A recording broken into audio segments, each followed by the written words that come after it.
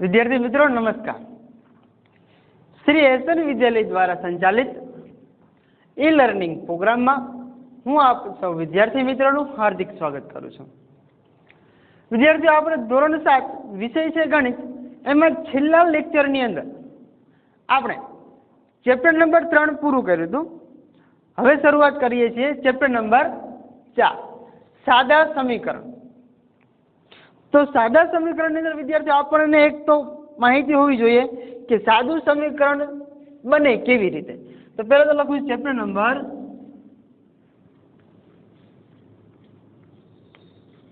4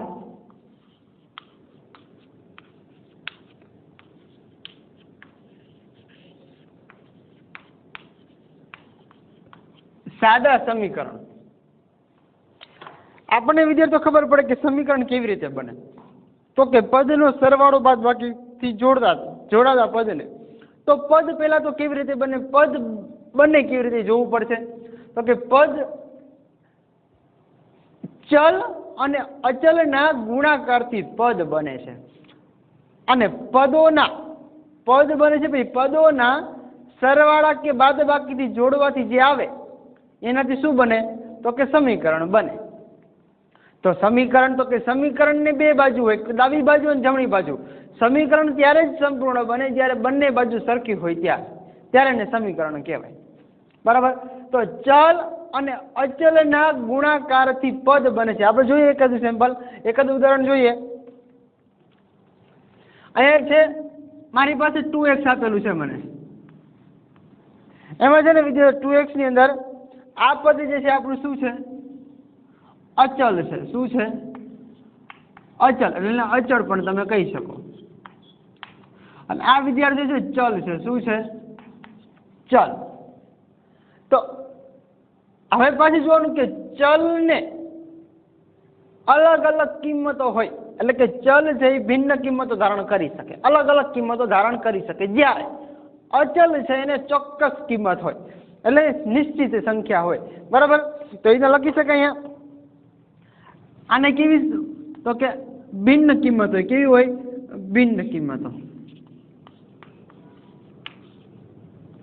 sorry आने भिन्न किंमतो होय अलग अलग किंमतो એટલે કે भिन्न किंमतो। नीचे लखું છું अलग अलग એટલે ખબર પડે अलग अलग किंमतो होय। જ્યારે અચલ ને ચોક્કસ કિંમત હોય કેવી હોય ચોક્કસ કિંમત। બે વસ્તુ છે આ બંને વચ્ચે વિદ્યાર્થીઓ ગુણાકારનો સંબંધ હોય। શેનો સંબંધ હોય ગુણાકારનો સંબંધ હોય। હવે આપણે જોવાનું છે કે આ એક પદ બન્યું છે। આપણને એક પદ કયું આપ્યું છે આપણું એક પદ વિદ્યાર્થીઓ બન્યું છે 2x અને બીજું પદ આપે છે y। આ બે પદ વિદ્યાર્થીઓ આપણને આપ્યા છે તો આ બંને પદોના સરવાળા કે બાદબાકીને જોડે तो समीकरण बने। हूँ आने 2x वत्ता y करी दઉં છું। मारी पास बे पद है आ बंने पद है शू है पदों। मैंने सेनाथी जोड़ू तो कि सरवाळाथी जोड़वाथी सरवाळाथी जोड़ाय त्यारे शू बने तो कि सरवाळाथी जोड़ाय अथवा तो बादबाकीथी जोड़ाय त्यारे बने समीकरण। बराबर। समीकरण त्यारे ज बने ज्यारे एनी संपूर्ण बाजू तमने आपेली कोई पण संख्या लई लईए आपणे त्यां शून्य लई लઉં છું। बराबर। समीकरण त्यारे ज संपूर्ण बने ज्यारे बंने बाजू तमने आपणे डाबी बाजू अने जमणी बाजू आपेली होय त्यारे। हवे थोड़ी विद्यार्थी एवी माहिती आपणे जोवी छे जे चलने केवी किंमतो होय अचलने केवी किंमतो होय। सुरेख समीकरणनुं व्यापक स्वरूप जोवुं छे। सुरेख समीकरणमां घात केवी होय અને એની ઘાત કેટલી હોય એ આપણે જોવાનું છે। એવી થોડીક માહિતી લેખિત સ્વરૂપે આપણે જોઈએ છે। બરાબર। આ એક યાદ રાખજો ચલ જે છે એ ભિન્ન કિંમતો ધારણ કરી શકે અને જ્યારે અચલ છે એ ચોક્કસ કિંમત તો કે ચલ અને અચલના ગુણાકારથી જે બને છે એ પદ કહેવાય। પણ પદોને સરવાળા કે બાદબાકીથી જોડવાથી શું બને છે તો કે સમીકરણ બને છે। बराबर। हवे जो थोड़ी बेसिक माहिती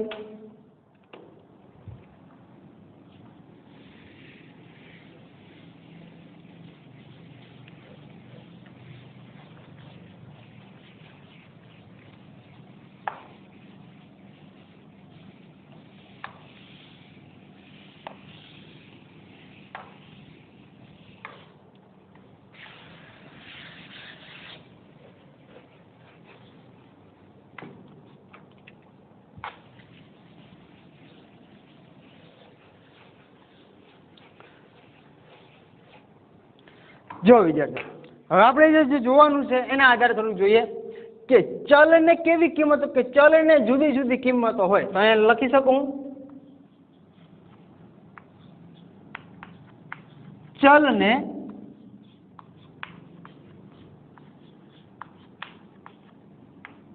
જુદી જુદી કિંમતો હોય છે, જ્યારે અચલને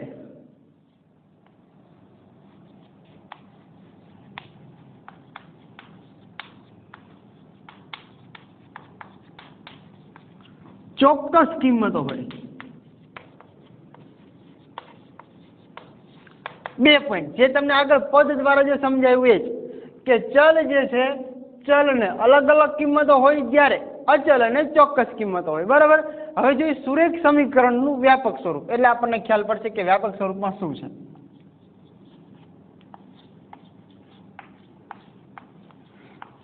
સુરેખ સમીકરણનું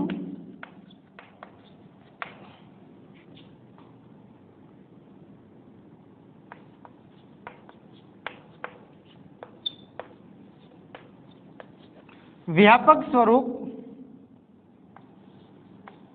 ax વત્તા b બરાબર 0 છે, જ્યાં a અને b કેવું છે તો કે અચળ સંખ્યાઓ છે. કેવી છે? અચળ સંખ્યા છે. અને બીજું એ લખવાનું કે a બરાબર નથી 0. a બરાબર 0 નથી, કોઈ કિંમત આપેલી, કોઈ ચોક્કસ કિંમત છે એવું આપણને કહેવા માંગે છે. બરાબર. હવે જોવાનું છે કે સુરેખ સમીકરણમાં કેવી ઘાતો હોય અને કેટલી ઘાતો અને કેટલા ચલ હોય. તો લખી શકાય કે સુરેખ સમીકરણમાં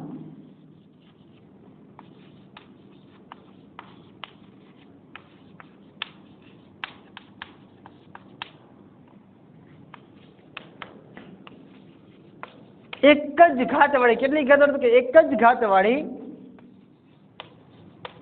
એક જ ઘાત વાળો એક ચલ હોય છે, એક જ ચલ હોય છે.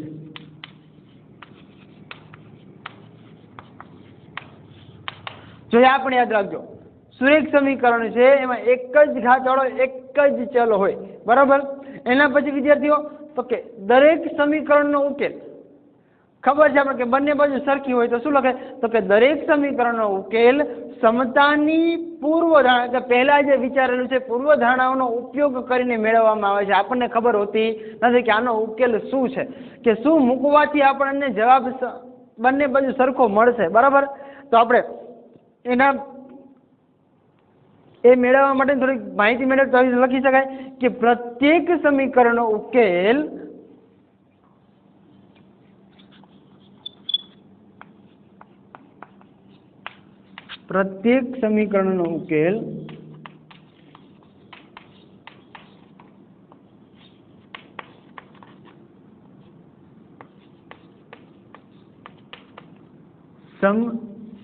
સરખામણી અથવા તો સમતાની બે લખી શકાય. સમતાની પૂર્વ ધારણાઓનો ઉપયોગ કરીને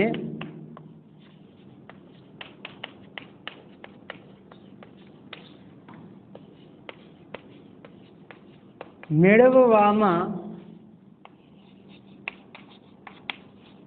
આવે છે. આપણને ખબર નથી હોતી કે સમીકરણનો ઉકેલ શું મૂકવાથી આપણને મળશે. એટલે જે ચલ છે તો ચલને આપણે પેલા અલગ અલગ કિંમતો નક્કી કરીએ કે ચલની એક કિંમત આ થાય તો બીજી કિંમત આ થાય. જ્યાં સુધી આપણને સરખો જવાબ નથી મળતો, એટલે કે બંને બાજુ સરખી નથી થતી, ત્યાં સુધી આપણે શું કરીએ છીએ તો કે ત્યાં સુધી આપણે ચલ અલગ અલગ મૂકીને આગળ દાખલો ગણતા જઈએ છીએ. બરાબર. હવે જોવાનું કે સરખામણી એટલે કે જે સમીકરણ છે તો સમીકરણની ડાબી બાજુ અને જમણી બાજુનું મૂલ્ય વિદ્યાર્થીઓ કેવું હોય તો કે સરખું હોય છે. બરાબર. એટલે પાછી એવી રીતના લખવું લખી શકાય.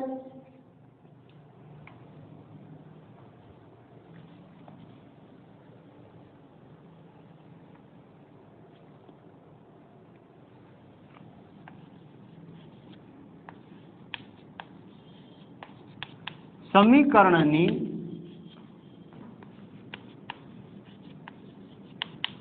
ડાબી બાજુ અને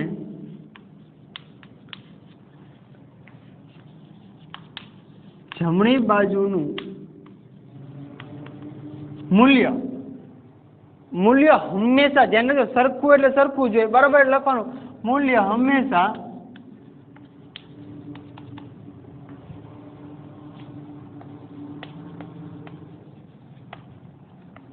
સરખું જ હોય છે. એના પછીનો પોઈન્ટ, સમીકરણની ડાબી બાજુ અને જમણી બાજુનું મૂલ્ય હંમેશા સરખું જ હોય છે. બીજો કે સમીકરણના મૂલ્યને એટલે કે સમીકરણના ઉકેલને સમીકરણનું બીજ પણ કહેવાય છે. આ ખાસ યાદ રાખજો, બરાબર. સમીકરણના મૂલ્યને અથવા તો ઉકેલને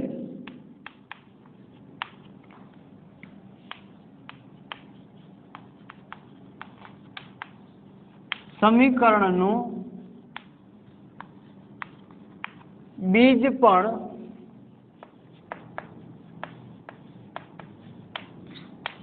કહેવાય છે. એના પછીનો પણ વિદ્યાર્થીઓ, સમીકરણમાં ડાબાથી કે જમણી બાજુ કે જમણીથી ડાબી બાજુ જ્યારે તમે સંખ્યા લઈ જાઓ છો અથવા લઈ જવામાં તેનું ડાબી બાજુથી જમણી બાજુ કે જમણી બાજુથી ડાબી બાજુ જે પદે તમે લઈ જાઓ છો, બરાબર, તો એનું ચિહ્ન છે ને બદલાઈ જાય, બરાબર. એટલે એને પણ લખી શકાય કે સમીકરણમાં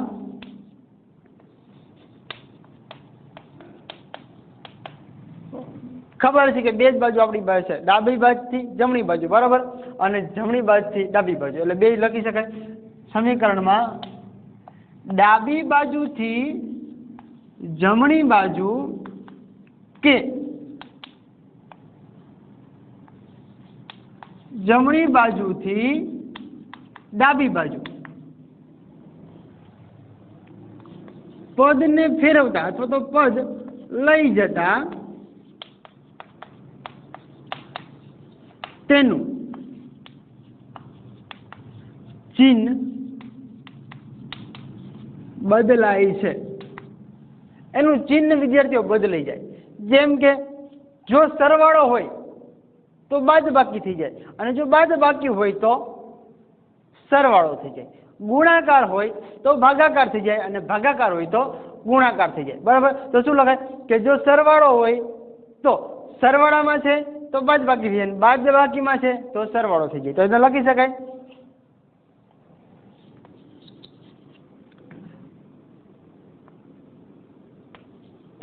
પદ સરવાળામાં હોય તો બાદબાકી થાય, અને બાદબાકી હોય તો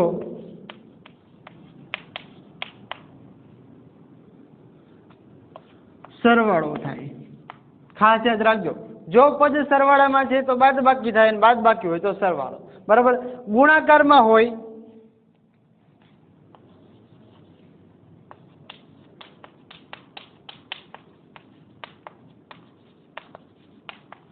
તો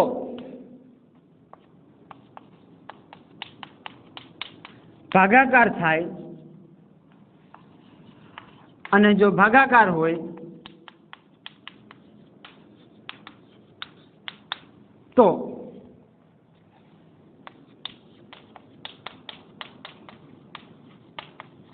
ગુણાકાર થાય. ભાગાકાર હોય તો ગુણાકાર થાય, ગુણાકાર હોય તો ભાગાકાર થાય.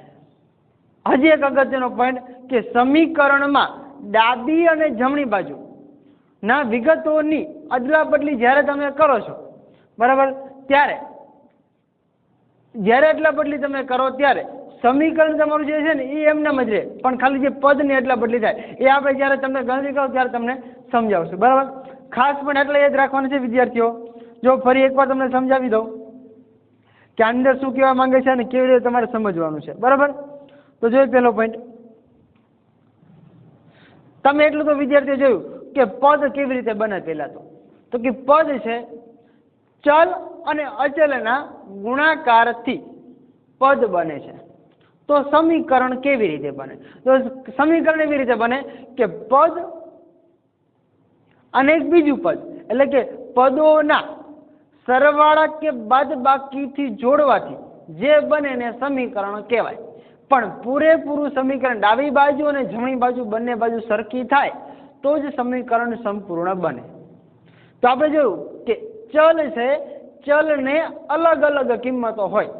કેવી કિંમતો? કે ચલને અલગ અલગ એટલે કે ભિન્ન કિંમતો ધારણ કરી શકે. જ્યારે અચલ છે એ ચોક્કસ કિંમત, એની કિંમત નિશ્ચિત હોય કે આ એની સંખ્યા જ છે, એની ચોક્કસ કિંમત હોય. બરાબર? તો આપણે જોયું કે સમીકરણમાં બે બાજુ હોય, ડાબી અને જમણી બાજુ. સમીકરણ કેવી રીતે બને? કે પદોના સરવાળા કે બાદબાકીથી જોડવાથી. બરાબર? પછી બે જ કિંમતો જોઈએ કે ચલને જુદી જુદી કિંમતો એટલે કે અલગ અલગ કિંમતો, ભિન્ન કિંમતો ધારણ કરી શકે, જ્યારે અચલ છે એ ચોક્કસ કિંમત હોય. હવે જોઈએ આ પોઈન્ટમાં આપણને દરેક વસ્તુની માહિતી એવી રીતના આપી છે. ચલને કેવી કિંમત? તો કે ચલને જુદી જુદી કિંમતો હોય, જ્યારે અચલને ચોક્કસ કિંમતો. આ બે પોઈન્ટ યાદ રાખવાના ખાલી તમારે. એટલે ચલને જુદી જુદી અને ચોક્કસ. તો જુદી જુદી કોને? તો કે ચલને, અને અચલને ચોક્કસ કિંમતો. સુરેખ સમીકરણનું વ્યાપક સ્વરૂપ પરીક્ષામાં વિકલ્પમાં પૂછાય, ખાલી જગ્યામાં પૂછાય તો પણ લખાઈ શકાય. લખી શકેલા જ લખવાનું આવે હો, પછી એવું નહીં કે લખી શકેલ સાહેબ ન લખી તો ચાલે, એવું નહીં. ax + b = 0 છે. એમ હોય કે સુરેખ સમીકરણનું વ્યાપક સ્વરૂપ આપો તો તમારે લખવું પડશે. સુરેખ સમીકરણમાં એક જ ઘાતવાળો, જો એક જ ઘાતવાળો એક જ ચલ હોય. કેટલો? એક જ ચલ હોય. ખાસ યાદ રાખજો તો જ ખબર પડશે, નહીં તો ખબર પડશે નહીં. એના પછી પ્રત્યેક સમીકરણનો ઉકેલ સમતાની પૂર્વધારણા, એટલે જો ઉકેલ છે સમતા, શબ્દ યાદ રાખવાનો, પૂર્વધારણાઓનો ઉપયોગ કરીને મેળવવામાં આવે છે. યાદ રહી જશે પોઈન્ટ? લગભગ તો બધાને યાદ રહી જશે. એના પછી સમીકરણની ડાબી બાજુ અને જમણી બાજુનું મૂલ્ય કેવું હોય? તો કે સરખું જ હોય છે. ડાબી બાજુ અને જમણી બાજુ કેવી હોય? તો કે ડાબી બાજુ અને જમણી બાજુ સરખી જ હોય છે. એના પછી સમીકરણના મૂલ્યને સમીકરણનું બીજ પણ કહેવાય છે. મૂલ્યને ઠીક, ઉકેલને અથવા તો મૂલ્યને. એના પછી સમીકરણમાં ડાબાથી જમા, એટલે કે ડાબી બાજુથી જમણી બાજુ કે જમણી બાજુથી ડાબી બાજુ, એટલે કે ડાબાથી જમણા કે જમણાથી ડાબા, જો પદ લઈ જવામાં આવે તો તેનું ચિહ્ન શું થાય? ચિહ્ન બદલાય છે. એના પછી પદ સરવાળામાં હોય તો બાદબાકી, અને બાદબાકીમાં હોય તો સરવાળો. Same to same. ગુણાકારમાં હોય તો ભાગાકારમાં, અને જો ભાગાકાર હોય તો જશે ગુણાકારમાં. આટલું જ યાદ રાખવાનું છે. આટલું યાદ વિદ્યાર્થીઓ રાખવાનું. એટલે હું નથી માનતો કે તમને કદાચ સમીકરણ ઉકેલવામાં તકલીફ પડે. પોઈન્ટના આધારે જ વિદ્યાર્થીઓ તમારે યાદ રાખવાનું છે કે સમીકરણ, જો ફરી એકવાર સાદા સમીકરણ છે એની અંદર તો પદની તમને માહિતી ખબર પડી ગઈ કે પદ કોને કહેવાય? તો કે ચલ અને અચલના ગુણાકારથી બનીને પદ કહેવાય. ચલની કિંમત તો કે અલગ અલગ, અચલની કિંમત તો કે ચોક્કસ. સમીકરણ કહે તો કે પદોના સરવાળા કે બાદબાકી જોડવામાં આવે ત્યારે શું કહેવાય? તો કે સમીકરણ બને. સમીકરણની કિંમત તો કે સરખી હોય, ડાબી બાજુ જમણી બાજુની કિંમત સરખી હોય ત્યારે સમીકરણ કહેવાય. બરાબર? પછી તો કે સમીકરણનું વ્યાપક સ્વરૂપ x + b = 0 છે. સુરેખ સમીકરણ તો કે એક જ ઘાતવાળો અને એક જ ચલ હોય. જેમ કે અહીંયા છે તો જો અહીંયા આપણે એમ કીધું a અને b શું છે? સંખ્યા છે, અચલ છે. બરાબર? તો x છે, x ની ઘાત કઈ નહીં છે, કેટલી ઘાત હોય? એક ઘાત હોય. બરાબર? અને કઈ ઘાત તમને શૂન્ય કરી આપ્યું તો શૂન્ય ઘાત હોય, પણ કઈ જ નથી આપ્યું તો એક ઘાત તો હોય જ. બરાબર? પ્રત્યેક સમીકરણનો ઉકેલ સમતાની પૂર્વધારણા, આપણે અગાઉ વિચારી લઈએ કે ભાઈ આનો શું જવાબ આવશે, કેવી રીતે મળશે, એના આધારે આપણે શું કરીએ છીએ, એનો જવાબ મેળવીએ છીએ. સમીકરણની ડાબી બાજુ અને જમણી બાજુ હંમેશા સરખી જ હોય છે, એનું મૂલ્ય સરખું જ હોય છે, એ આપણને ખબર પડે. પછી એમ કીધું કે સમીકરણના મૂલ્યને સમીકરણનું બીજ પણ કહેવાય છે. પછી જો સમીકરણને ડાબી બાજુથી જમણી બાજુ કે જમણી બાજુથી ડાબી બાજુ લઈ જાઓ તો સમીકરણમાં ચિહ્નો બદલાય છે. એના પછી જો સરવાળામાં હોય તો બાદબાકી થાય અને બાદબાકીમાં હોય તો સરવાળો થાય. જો ગુણાકારમાં હોય તો ભાગાકાર થાય અને ભાગાકાર હોય તો ગુણાકારમાં થાય. વિદ્યાર્થીઓ, આ તમારી છે થોડીક બેઝિક માહિતી છે. હવે જે આપણે જોવાનું છે સ્વાધ્યાય 4.1 અને એની આગળ થોડાક 1-2 ઉદાહરણ જોવાના છે, જે આપણે નેક્સ્ટ લેક્ચરમાં ચાલુ કરશું. Thank you.